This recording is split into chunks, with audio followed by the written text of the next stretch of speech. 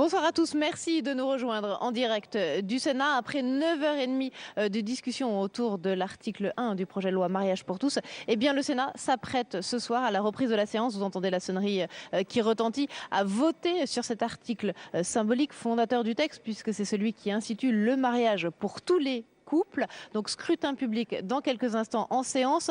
Avant d'avoir Jean-Pierre Raffarin à notre micro, on rejoint quelques secondes Delphine Girard qui se trouve dans la tribune de presse dans l'hémicycle du Sénat. Oui, bonsoir Perrine, bonsoir à tous. Alors vous l'avez dit, enfin le suspense va se terminer puisque à la reprise de la séance, les sénateurs vont enfin se prononcer sur cet article premier qui, je vous le rappelle, est le cœur de ce projet de loi puisqu'il modifie le code civil en ouvrant le mariage et l'adoption aux couples de même sexe. Alors la séance a été suspendue pendant 2 heures car l'UMP a demandé pour la deuxième fois depuis le début de l'examen de ce projet de loi la vérification du quorum, et le quorum n'étant pas atteint, eh bien il a fallu suspendre la séance avant de voter. Voilà Perrine, en tous les cas, eh bien, dès qu'on entend le résultat, on revient dans cette séance, mais je crois que vous êtes à présent avec un premier invité. Bonsoir Jean-Pierre Raffarin qui est effectivement avec nous en direct. Donc le Sénat s'apprête à voter sur cet article 1 du projet de loi. Vous êtes confiant sur le vote ? Oh bien, écoutez, je pense que les socialistes organisent toujours des votes publics pour que, naturellement, leur insuffisance numérique soit compensée par cette procédure. Au fond, ce qui est important, c'est qu'on voit bien que c'est un débat gâché, parce qu'on aurait pu discuter sur les couples. On voit bien qu'il peut y avoir des proximités. Sur l'adoption, il faut repenser un certain nombre de choses. On était bien d'accord. Mais au fond, les gens ne s'écoutent pas ici. Et donc, la droite parle, mais la gauche n'écoute pas vraiment. Et au total, finalement, c'est une forme d'incompréhension. Et il n'y a pas vraiment de débat, La gauche a décidé de toute façon de faire bloc sans qu'il y ait de liberté de vote, et donc elle se prépare à voter. Donc nous faisons ce que nous pouvons pour exprimer nos idées et alerter sur cette division inutile des Français, mais la gauche s'entête et continue à avancer dans cette direction de division. Dommage. C'est de bonne guerre, non, Jean-Pierre Raffarin? Chacun est dans son rôle, la droite.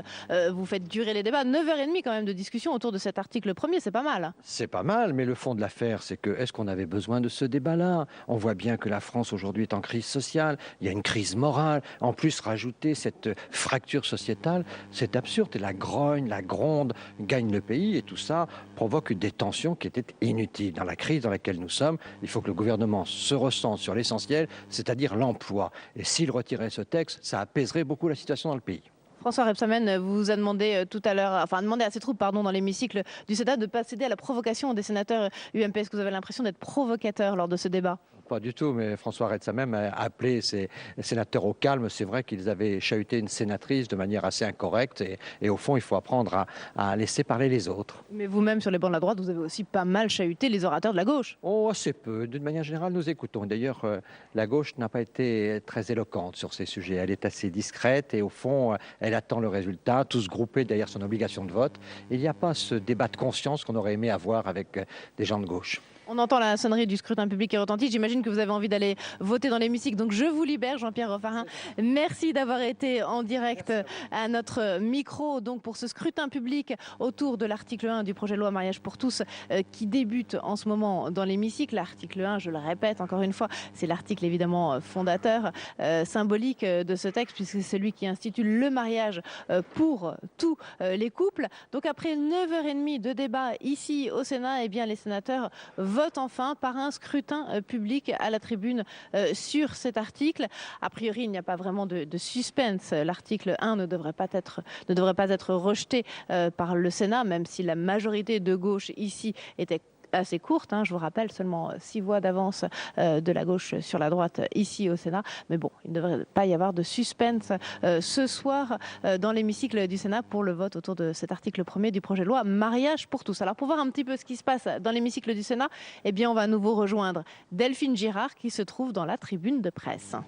Oui, Perrine, et le vote de cet article premier a lieu par scrutin public. Vous le savez, c'est une procédure qui permet à un sénateur de son groupe de voter par délégation pour les autres scrutins. Il y a eu de nombreux scrutins publics cet après-midi, mais toujours à la demande des socialistes. Eh bien, ce soir, pour la reprise de cette séance, sur l'article premier, c'est un scrutin public qui a été demandé, mais non pas par les socialistes, mais pour le groupe UMP. Alors, j'entends le président du Sénat, Jean-Pierre Bel, derrière moi, qui vient de clore le scrutin. scrutin. Le dépouillement va donc avoir lieu dans un instant et on va pouvoir dévoiler les résultats. Vous l'avez dit, Perrine, a priori, il n'y a pas beaucoup de suspense sur cet article. En tous les cas, les débats auront été longs, mais c'est l'essentiel de ce texte. Souvent, les orateurs qui ont pris la parole, les sénateurs UMP, lorsqu'ils se sont exprimés sur cet article premier à différentes reprises, ils ont multiplié les prises de parole, et bien expliqué qu'en votant, en rejetant cet article premier, c'était déjà comme s'ils s'exprimaient sur l'ensemble de ce projet de loi. C'est vrai que cet article premier, on l'a dit et redit, c'est le cœur de ce projet de loi puisqu'il modifie le code civil tel qu'il a été défini en 1804. Il ouvre le mariage et l'adoption aux couples de même sexe. Alors cette nuit, les sénateurs vont poursuivre le débat. C'est ce qui a été décidé ce soir. C'est vrai qu'ils ont pris pas mal de retard, 9h30, vous l'avez dit, avant de se prononcer sur cet article premier. Et au final, il y a toujours quasiment 260 amendements à examiner avant le vote final. Alors comme on l'a vu, la droite sénatoriale joue l'obstruction et cela ralentit les débats. Donc on va pouvoir retourner dans l'hémicycle pour suivre en direct le résultat de ce scrutin. Effectivement, Delphine, voilà, Jean-Pierre Bel, le président du Sénat, qui préside cette séance importante ce soir autour du projet de loi mariage pour tous, est à la tribune. On est en train de dépouiller le scrutin public et dans quelques instants, Jean-Pierre Bel, le président du Sénat, va annoncer ce résultat. On le répète, pas de suspense a priori. L'article 1 devrait être adopté par le Sénat, mais on attend de voir quand même quel est l'écart de voix sur cet article 1, article qui institue dans le cadre de ce projet de loi le mariage pour tous les couples, et ça va être intéressant de voir quel est l'écart de voix entre la gauche et la droite. Ça sera sans doute un indicateur peut-être pour le vote ensuite sur l'ensemble du projet de loi, vote qui n'interviendra pas avant la fin de la semaine. On parle maintenant d'un vote sur l'ensemble du projet de loi, sans doute dans la journée, voire dans la soirée de vendredi, si ce n'est dans la journée de samedi. Effectivement, les débats ici sur ce projet de loi ont pris pas mal de retard. Les sénateurs de l'opposition ont multiplié les interventions, les prises de parole, les explications de vote sur chaque amendement pour essayer de faire un petit peu durer le débat autour de cet article premier du projet de loi mariage pour tous. Et ils ont plutôt réussi leur affaire, puisqu'on a pris beaucoup de retard dans l'examen de ce projet de loi. Voilà, c'est le jeu, on va dire, du Parlement. La gauche est assez silencieuse. Elle laisse la droite faire son travail d'opposant. Elle attend un peu que l'orage passe. D'ailleurs, François Rebsamen, le chef de file des sénateurs socialistes, a dit tout à l'heure à ces sénateurs: ne cédez pas à la provocation de la droite. On écoute le résultat du vote sur cet article premier. Projet de loi. Nombre de votants 342, nombre de suffrages exprimés 336, majorité absolue 169, pour l'adoption 179, contre 157. Le Sénat a adopté l'article premier du projet de loi.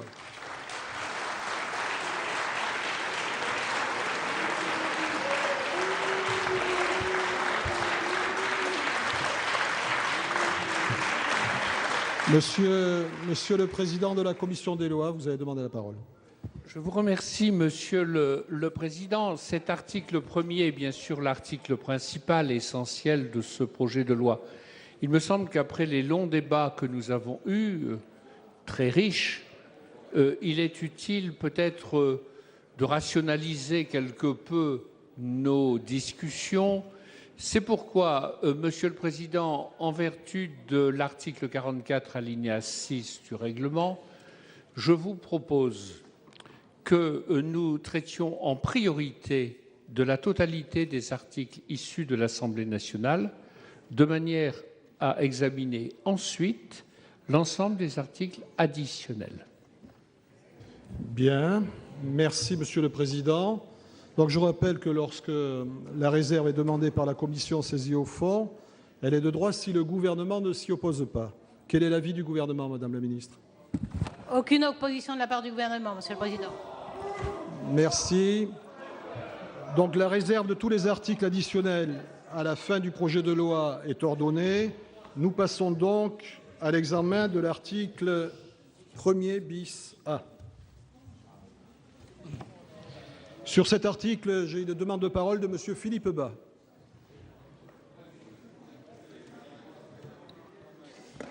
Oui, Monsieur le Président, je dois dire que cet article me surprend et je n'en comprends pas bien le sens. il est dit dans ce projet d'article 34.1 du Code civil que les actes de l'état civil sont établis par les officiers de l'état civil. Jusqu'ici, naturellement, aucune divergence, cela va de soi, et ça ne nous change pas par rapport au droit existant. Mais il est ajouté, ces derniers exercent leurs fonctions sous le contrôle et la surveillance du procureur de la République.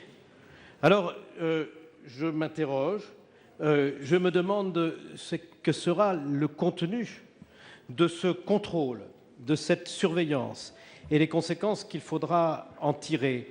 Faut-il voir dans cet article la traduction concrète des engagements pris par le président de la République au congrès de l'Association des maires de France, quand il a imaginé qu'une clause de conscience pourrait permettre à un maire de ne pas célébrer un mariage. J'avais cru comprendre pourtant qu'après avoir reçu toutes affaires cessantes, le lendemain matin, au palais de l'Élysée, des représentants de groupes de pression en faveur du mariage des personnes de même sexe, le président de la République s'était rétracté. Alors, naturellement, la question se pose de savoir ce que fera le procureur de la République lorsqu'un maire ne souhaitera pas procéder à un mariage. Vous en dites ou bien trop peu, parce que nous ne savons pas les conséquences qui seront tirées de ces dispositions, le contenu de ce contrôle, le contenu de cette surveillance, les pouvoirs qui s'y rattachent, ou pas assez d'une certaine façon. Et par conséquent, il me semble qu'il serait de notre part très imprudent de souscrire à une disposition aussi floue, sous réserve toutefois que le gouvernement veuille bien l'expliciter. Merci, Monsieur Bas. Je n'ai plus de demande de parole sur l'article. J'appelle l'amendement 7 rectifié bis qui sera présenté voilà, par vous l'avez entendu, si vous suivez la séance en direct, l'article 1er a donc été adopté par le Sénat par 179 voix contre 157. Applaudissements nourris de la majorité sénatoriale, hués sur les bancs de la droite, d'autant que Jean-Pierre Sueur, le président socialiste de la Commission des lois, a pris la parole pour demander à ce que les débats, les discussions soient plus rationnels. Et il a donc appelé en priorité les articles issus de l'Assemblée nationale et les articles additionnels, ceux qui ont été donc modifiés par le Sénat, vont être discutés plus tard dans ce débat. Alors la séance se poursuit, on a pu l'entendre avec les prises de parole sur les articles donc, qui suivent l'article 1er et on va rentrer dans un sujet très important pour les sénateurs puisqu'il s'agit des modalités d'application de ce mariage pour tous et vous le savez, certains sénateurs ont déjà fait valoir qu'ils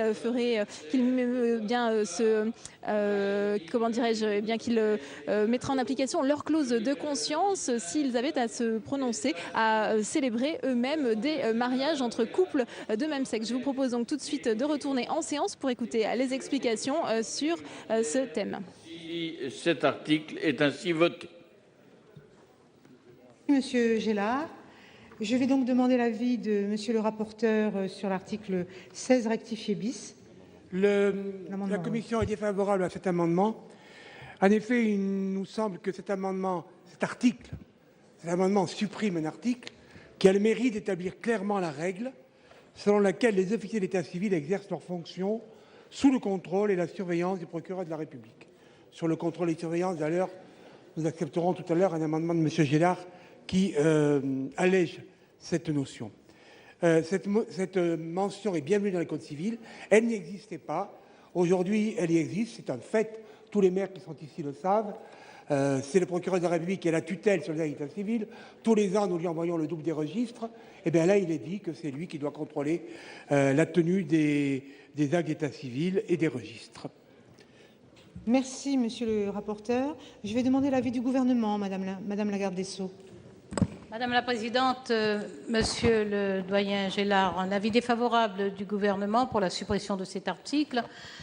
Je vous rappelle de toute façon ce que vous savez parfaitement, que l'état civil est placé sous la responsabilité du service public judiciaire et qu'au quotidien, les officiers d'état civil sont appelés à solliciter le parquet lorsqu'ils sont confrontés à une difficulté dans la rédaction d'un acte qui peut être un acte de naissance, qui peut n'avoir rien à voir avec le mariage directement. Donc c'est un rappel de cela. Pour le reste, les dispositions, je ne vous rappellerai pas non plus la loi de 2005 sur la filiation et qui a établi l'unité du livret de famille. Et la chancellerie travaille d'ailleurs avec les éditeurs de logiciels puisque nous avons un livret de famille unique qui s'adapte simplement. Il n'y a donc aucune raison dans les arguments que vous avez présentés d'accepter la suppression de cet article. Avis défavorable. Merci Madame la Ministre.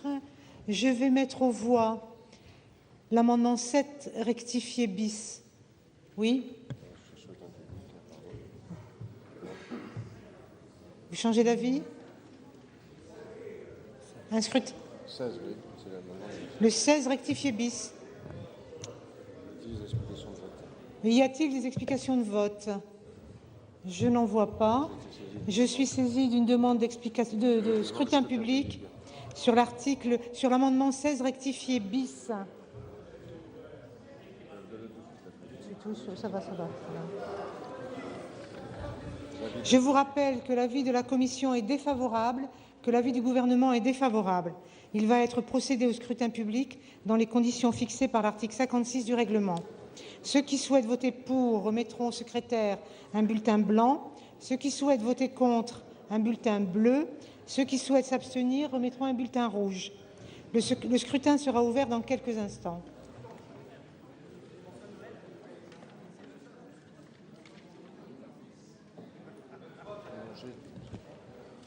Le scrutin est ouvert.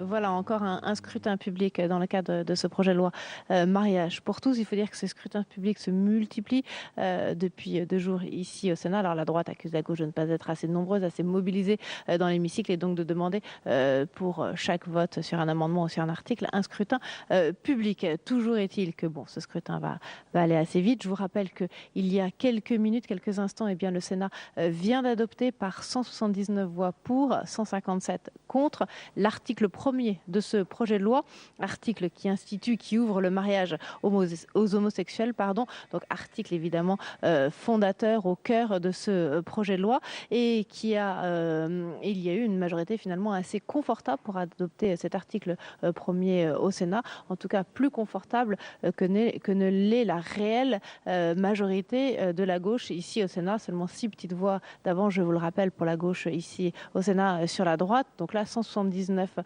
pour l'article 1er contre 157 contre. Majorité plus confortable que prévu. On verra ce qu'il en sera à la fin de la semaine quant au vote sur l'ensemble du projet de loi. La majorité là sera certainement un petit peu plus resserrée parce qu'il y a des sénateurs qui sont pour l'ouverture du mariage homosexuel mais qui sont contre en revanche l'adoption plénière par exemple pour les enfants dans le cadre de couples homosexuels.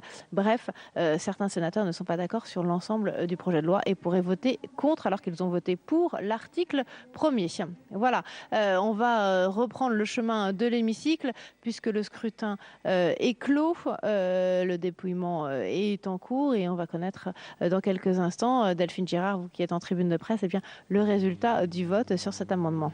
Oui, vous l'avez dit, Perrine, le dépouillement est en cours et on risque d'avoir ce soir encore de nombreux scrutins publics qui ralentissent les débats. Alors vous l'avez dit, cet après-midi, c'était la droite qui accusait la gauche de ne pas être assez nombreuse pour voter. Ce soir, c'est peut-être l'inverse. Il y a eu déjà 2 fois des demandes de scrutin public à la demande du groupe UMP. En tous les cas, on ne devrait pas tarder à rentrer, je vous le disais, dans un sujet qui tient à cœur aux sénateurs. C'est les sénateurs qui sont souvent maires puisqu'ils ont commencé par rappeler que lors de l'association du congrès, le congrès de l'association des maires de France, François Hollande avait expliqué aux élus et aux maires que leurs adjoints ne seraient pas obligés de célébrer des mariages si leur conscience s'y opposait. De nombreux amendements sont proposés ce soir. Ils envisagent le cas où aucun officier d'état civil d'une commune en fait n'accepte de célébrer le mariage, et donc des amendements proposent des solutions pour les couples concernés. On va effectivement retourner dans l'hémicycle pour suivre en direct le dépouillement de ce premier scrutin public. Bonne séance et à tout de suite. Merci Delphine, on vous retrouve un peu plus tard lors de cette séance pour d'autres commentaires en direct de la tribune de presse de l'hémicycle du Sénat. On attend le résultat du vote sur cet amendement de Patrice Gélard qui était soutenu par la commission des lois du Sénat. C'est vrai que les discussions là dans l'heure ou les 2 heures qui suivent eh bien, vont porter autour de cette clause de conscience des maires. Il y avait un papier dans le Figaro aujourd'hui qui évoquait le chiffre de quelques 2000 communes en France qui seraient totalement opposées à la célébration de mariage homosexuel. Et donc, effectivement, il va falloir trouver des parades, des cas de figure pour voir un petit peu si on peut ou non obliger les maires, les officiers d'état civil à célébrer ces mariages ou s'il peut y avoir des mesures pour contourner ces décisions. Voilà, Barry Zacharie, qui est vice-présidente socialiste du Sénat, va donc dans quelques instants annoncer le résultat de ce scrutin public autour de cet amendement de Patrice Gélard. Et puis après, la discussion va reprendre son cours, va reprendre le fil dans l'hémicycle du Sénat sur ce texte, sur ce projet de loi mariage pour tous. Voilà le résultat. À l'article 1er bis A du projet de loi, nombre de votants 324, nombre de suffrages exprimés 321, majorité absolue des suffrages exprimés 161, pour l'adoption 146, contre 175. Le Sénat n'a pas adopté. Je suis saisie de 2 amendements faisant l'objet d'une discussion commune. Monsieur Gélard, vous présentez les 2 amendements? Oui, Madame la Présidente. Merci. Madame la Présidente, Madame le garde des Sceaux, Madame la Ministre. Ces amendements sont des amendements de repli après l'échec de l'amendement précédent. Dans l'amendement 84 rectifié bis, il suffit de supprimer la seconde phrase dans l'alinéa 2, c'est-à-dire cette seconde phrase et la suivante: ces derniers exercent leurs fonctions sous le contrôle et la surveillance du procureur de la République. Et puis, l'amendement suivant, le 17 rectifié bis, consiste à supprimer non pas le contrôle du procureur de la République, mais la surveillance du procureur de la République. Merci, Monsieur Gélard. Je vais demander l'avis du rapporteur sur ces 2 amendements. Bien, il ne vous échappera pas que sur l'amendement 84 rectifié bis, nous sommes défavorables puisque M. Gélard l'a dit lui-même, c'est un amendement de repli. Donc nous sommes défavorables. Par contre, la commission a été favorable à l'amendement 17 rectifié bis qui garde contrôle. C'est vrai que contrôle et surveillance, ça paraît redondant. Donc nous sommes favorables à ce 2e amendement, sauf si M. Gélard le retire, mais nous y sommes favorables. Non, pardon, favorables, donc il faut le voter, pardon.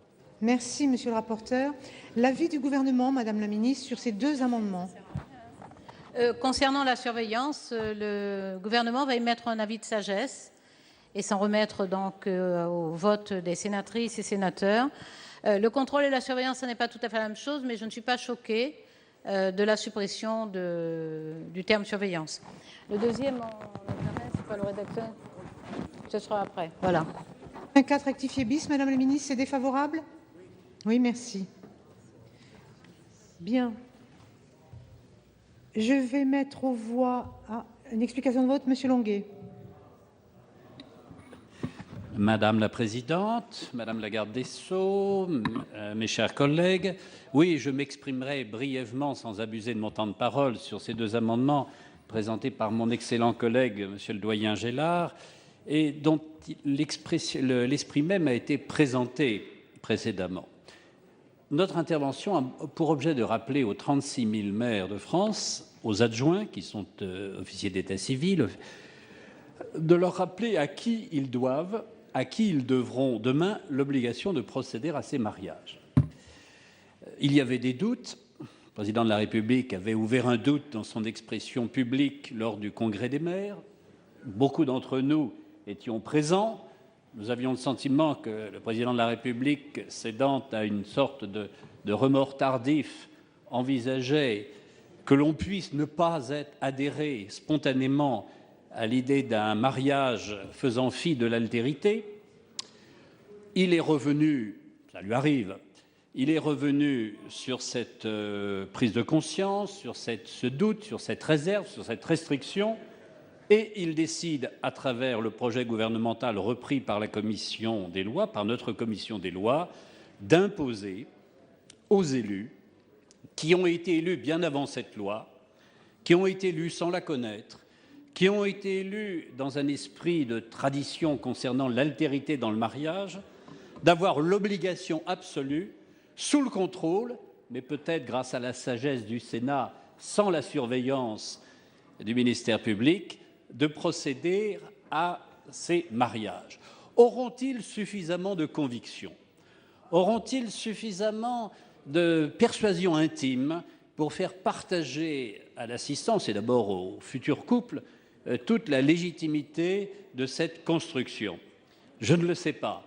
En tous les cas, même s'ils doutent, même s'ils ne sont pas certains de pouvoir communiquer aux candidats, aux impétrants, l'intime conviction de la validité de cette union et de sa construction dans le temps, ils seront obligés de le faire.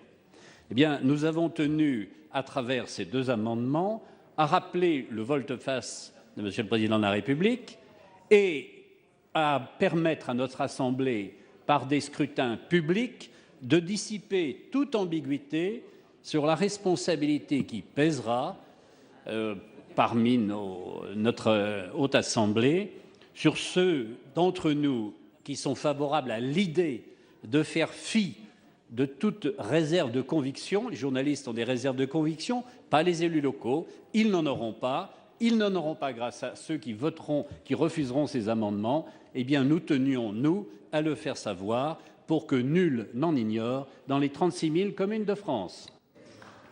Merci, Monsieur Longuet. Je suis donc saisie. Monsieur Sueur. Monsieur Sueur, Monsieur le Président. Oui, Madame la Présidente, Madame la Ministre, Mesdames les Ministres, mes chers collègues, je tiens juste à dire un mot. Monsieur Longuet a employé un argument en disant « ces maires ont été élus alors que la présente loi n'aura pas été votée ». Mais cet argument m'étonne beaucoup. À tout instant, nous devons s'appliquer la loi de la République. Et le fait même que l'on puisse utiliser cet argument m'étonne beaucoup. Je vais dire, je vais mettre aux voix. C'est d'abord le scrutin public. Ah oui, non, ça, c'est vous faites d'abord le scrutin public, j'ai été saisi. Bien, merci, Monsieur le Président. J'ai été saisie d'une demande de scrutin public par le groupe UMP sur l'amendement 86 rectifié bis de Monsieur Gélard. Je vous rappelle que l'avis de la Commission est défavorable, l'avis du Gouvernement est défavorable. Ceux qui souhaitent voter pour remettront un bulletin blanc. Ceux qui souhaitent voter contre, un bulletin bleu. Ceux qui souhaitent s'abstenir, un bulletin rouge. Le scrutin sera ouvert dans quelques instants.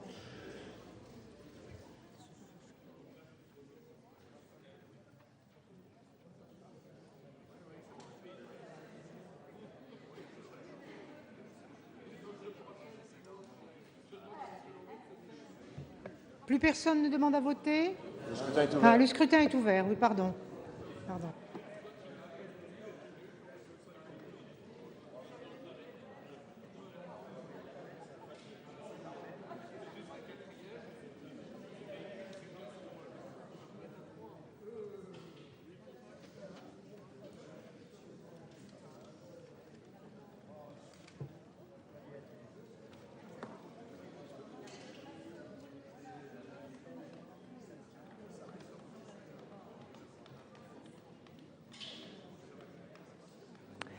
Voilà, pendant ce nouveau scrutin public à la tribune, eh bien, je vous propose de revoir tout à l'heure l'annonce du résultat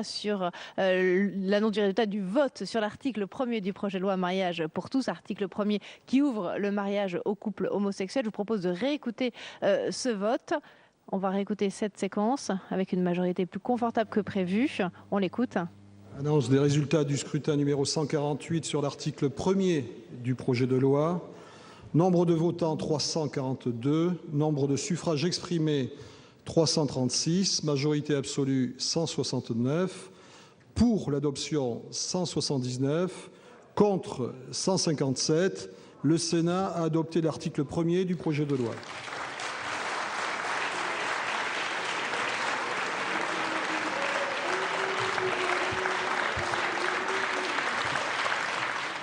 Voilà, c'était il y a à peine un petit quart d'heure ici au Sénat l'adoption de cet article 1er du projet de loi mariage pour tous. Donc une majorité assez confortable pour adopter cet article 1er.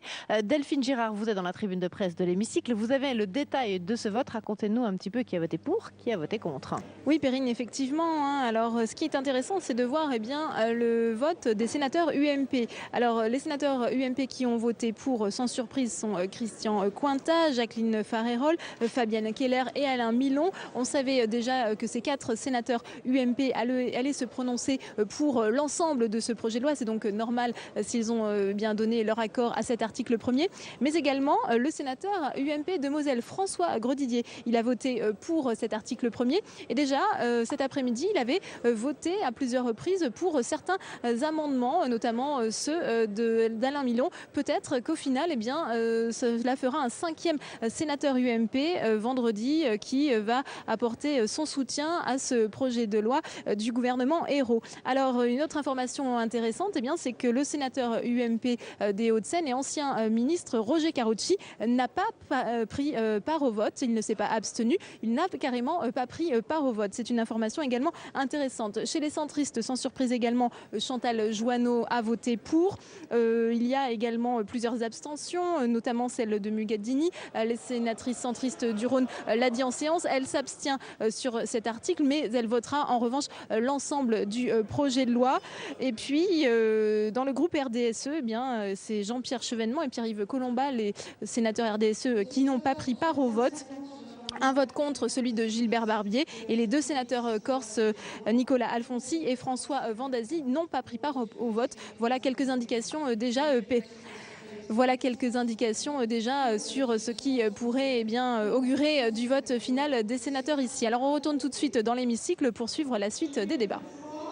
L'amendement 17 rectifié bis, qui est un avis favorable de la commission et un avis de sagesse du gouvernement. Qui est pour? Voilà, une très belle unanimité. L'amendement 17 rectifié bis est adopté. Là-dessus, il y en a un? Voilà. Je vais mettre aux voix l'article 1er bis A. J'ai été saisie d'une demande de scrutin public par le groupe UMP. Le scrutin sera ouvert dans quelques instants.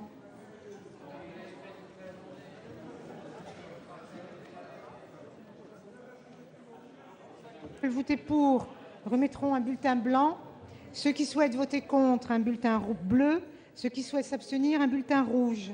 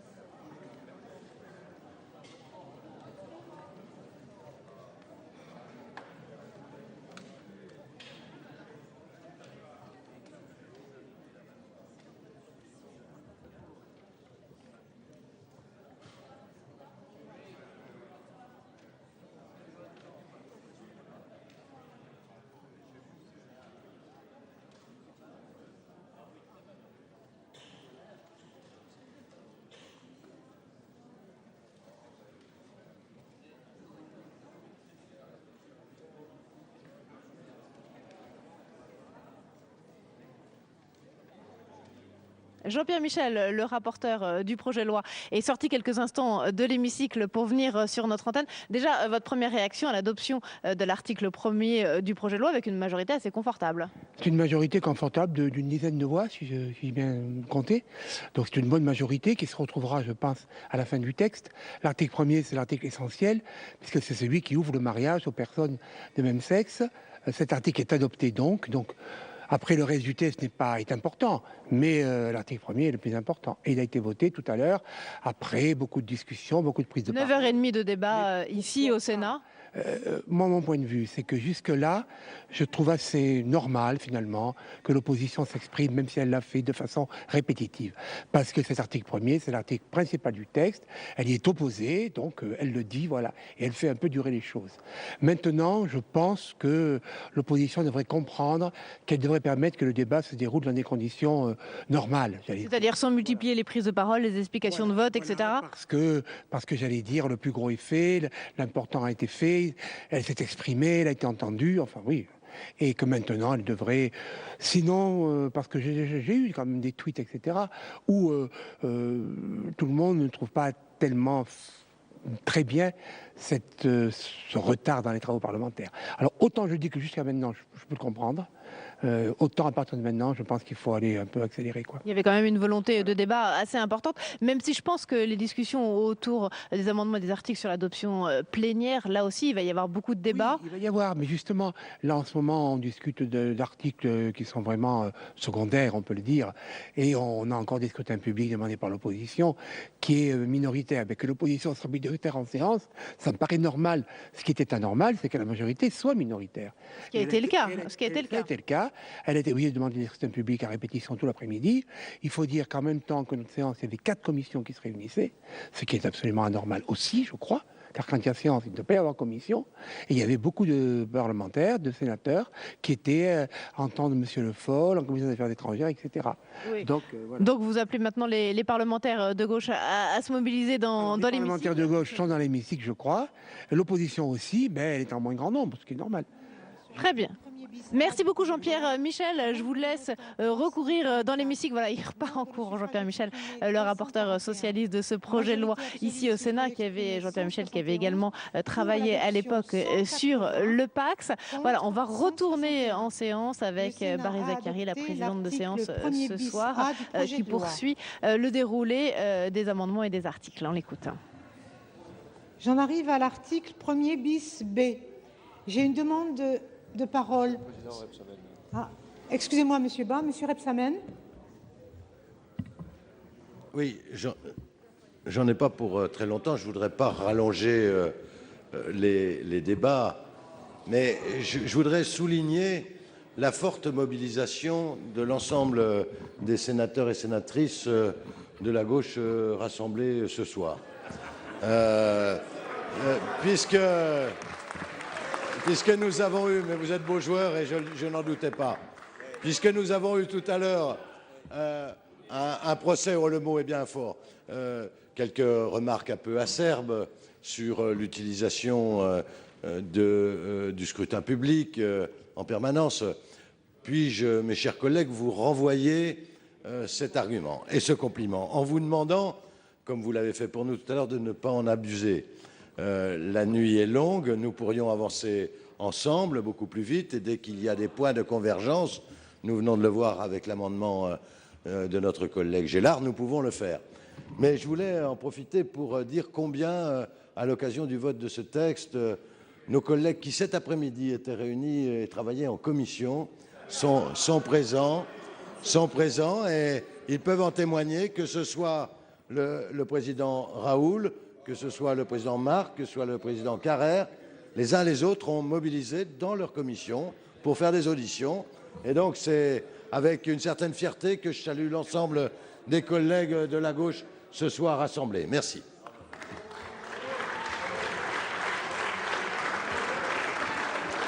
Merci. Merci, Monsieur Rebsamen.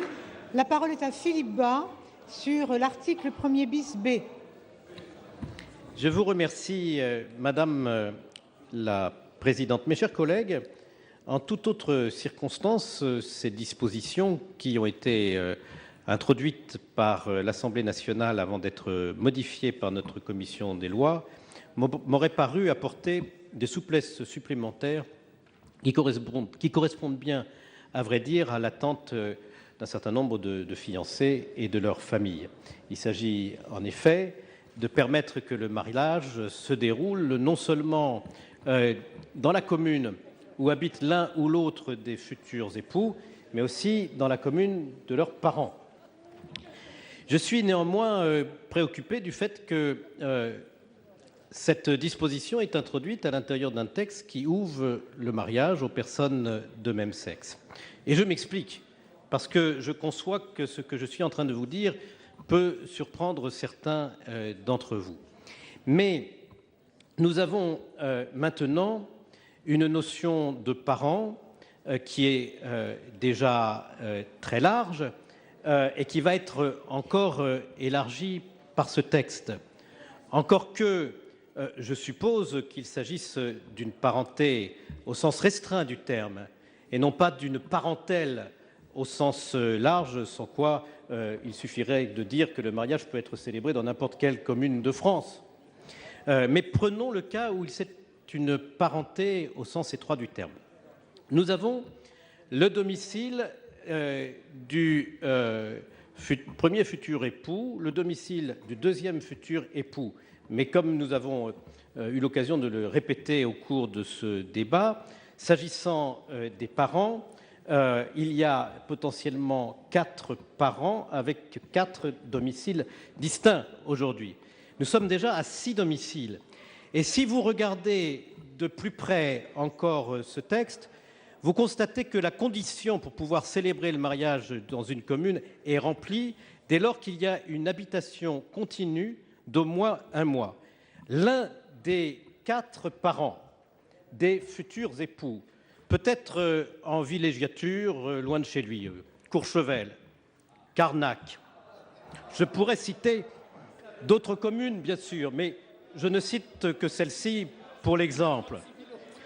Il y en a, Gérard Longuet le disait, mais tout le monde n'a pas pu l'entendre, 36 000, l'autre moins 2. Mais je m'en tiens à cette énumération.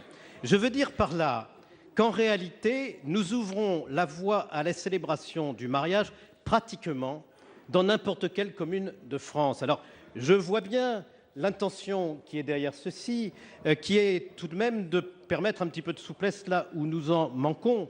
Mais si vous ajoutez les résidences secondaires où il est très facile de prouver la domiciliation pendant au moins 1 mois, ça fait quand même beaucoup de communes. Or, ces dispositions, et je suis venu avec le Code civil, qui bien sûr est notre Bible à tous, s'inscrit dans le chapitre 3 du Code civil sur les actes de mariage. Et que dit pour l'essentiel ce chapitre? Eh bien, ce chapitre dit qu'il faut, et je résume, publier les bans. Mais pourquoi faut-il publier les bans et où les publie-t-on? Les bans sont publiés dans la commune où le mariage doit être célébré. Chacun d'entre nous, surtout ceux d'entre nous qui sont maires, le savent bien. Et pourquoi publie-t-on les bans? Eh bien, tout simplement, nous publions les bans depuis des temps immémoriaux parce qu'il y a des interdictions au mariage, des oppositions au mariage. Et si le mariage est célébré dans n'importe quelle commune de France, la famille ne sera pas connue. Et qui pourra à ce moment-là s'opposer au mariage en disant qu'il y a un soupçon de consanguinité, par exemple, entre les époux? Or, la question est devenue plus compliquée du fait de l'élargissement du mariage aux couples de même sexe, du développement de l'assistance médicale à la procréation en France. Et par conséquent, je tiens à vous dire que sous des dehors anodins, cette disposition, en réalité, ouvre la voie à des conséquences absolument incontrôlables, y compris à la possibilité que des mariages qui, normalement, devraient être interdits ne reçoivent aucune opposition, car ils auront été célébrés en catimini, loin du pays où la famille est connue.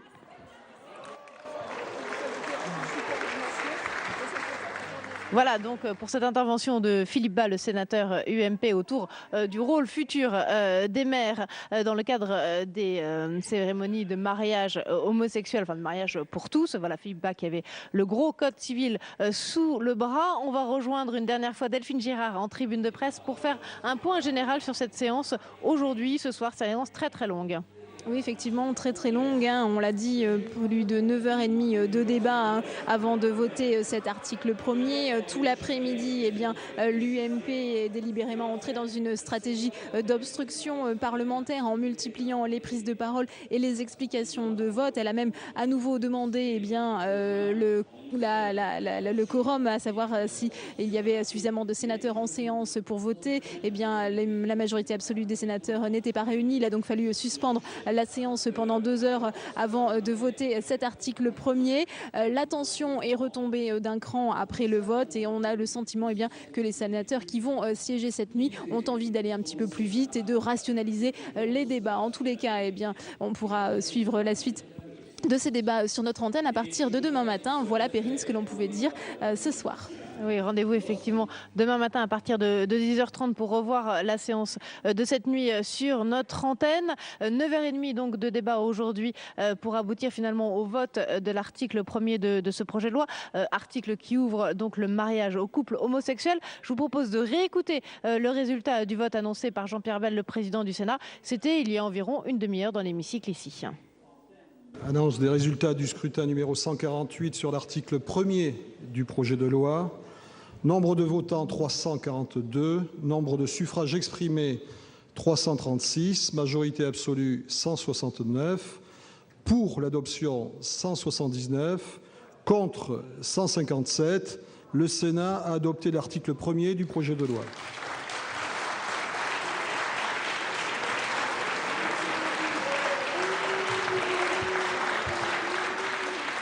Voilà donc pour cette première étape importante franchie dans le cadre de l'examen du projet de loi mariage pour tous ici au Sénat. C'était il y a une demi-heure donc le vote de l'article 1er sur le texte. Merci de nous avoir suivis en direct tout au long de la journée sur notre antenne. Pour revoir la séance de nuit qui va se dérouler à partir de maintenant, rendez-vous demain matin à partir de 10h30 sur Public Sénat et très bonne soirée à tous sur notre antenne.